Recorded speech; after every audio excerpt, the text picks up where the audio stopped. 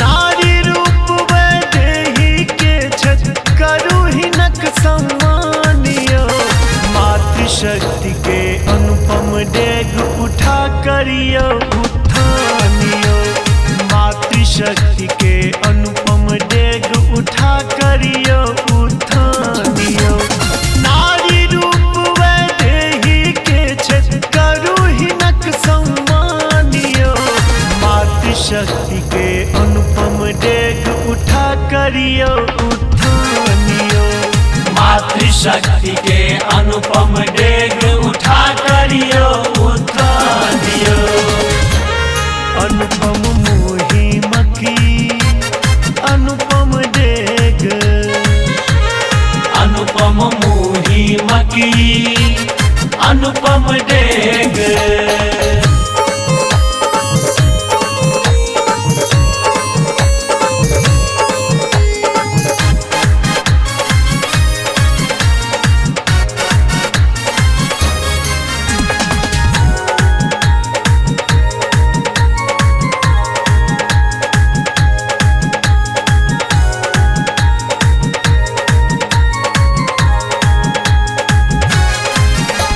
शक्ति स्वरूपा सीता सन बेटी आयलियो जय धरती।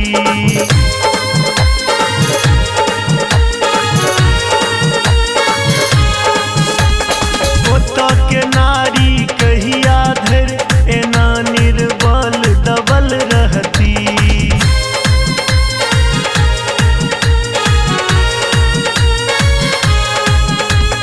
राहत किया पाछू सदिखन हो।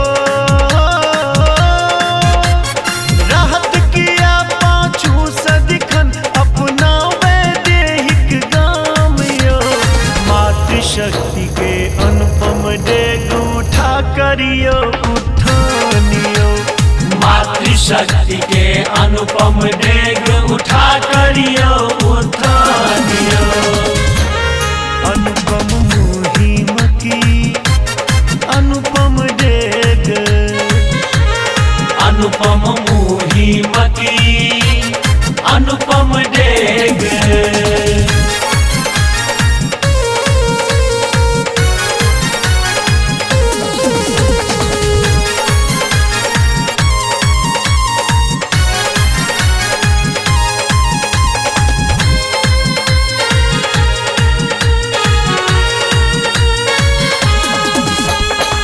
नारी ने कमजोर कतो पढ़ियो अपन इतिहासियो।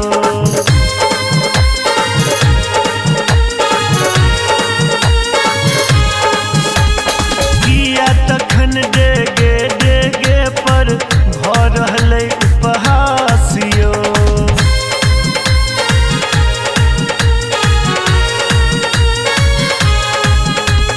घर सो बाहर धैर्य उपेक्षित हो। घर सो बाहर धैर्य उपेक्षित सहत कतक अपमानियो। मातृशक्ति के अनुपम डेग उठा करियो उत्थानियो। मातृशक्ति के अनुपम डेग